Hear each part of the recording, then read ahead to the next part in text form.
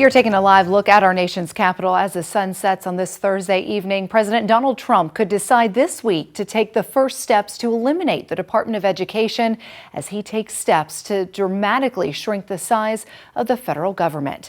Thank you for joining us for Way 31 News at 5. I'm Marie Waxel. White House officials drafted an executive order directing Education Secretary Linda McMahon to start the process of breaking up the department. The president has long indicated he wants to close the department, but McMahon said during confirmation hearings, fully eliminating it would require congressional approval. She was confirmed Monday. The president also plans to push Congress and pass legislation to end the department, a move that's historically failed to get congressional support.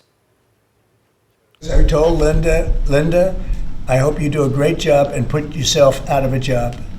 I want her to put herself out of a job. And I want the states to run schools, and I want Linda to put herself out of a job. Even if the Education Department goes away, some programs and funding could still stay and be shifted to other agencies where they existed before the department was created back in 1979.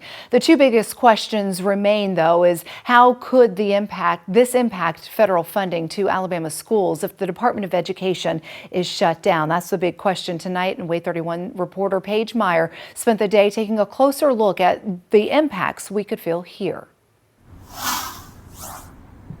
Marie, Alabama Republican Chairman John Wall tells me the immediate impacts on our local schools would be beneficial. He tells me we would see less government regulations on both our parents and teachers. Now, Chairman Wall believes the DOE is a waste of money. He says by putting control in the state and on the local level, it will improve our schools' individual funding.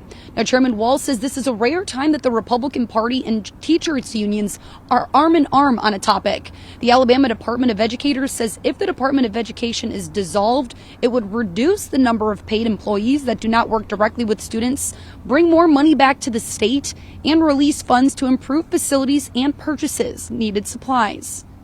It is time that we cut this out of the education system and return control to local government, to local teachers, and especially put parents back in the driver's seat of their children's education. Now, the state superintendent of education, Dr. Eric Mackey, says Alabama's public schools depend on federal funding. He says as long as the funds continue to be made available, less federal regulations would be welcome. Now, as far as when we can expect a decision, I am told it is a waiting game, but state leaders are preparing for this potential change. Reporting live with coverage you can count on. Paige Meyer, Way 31 News.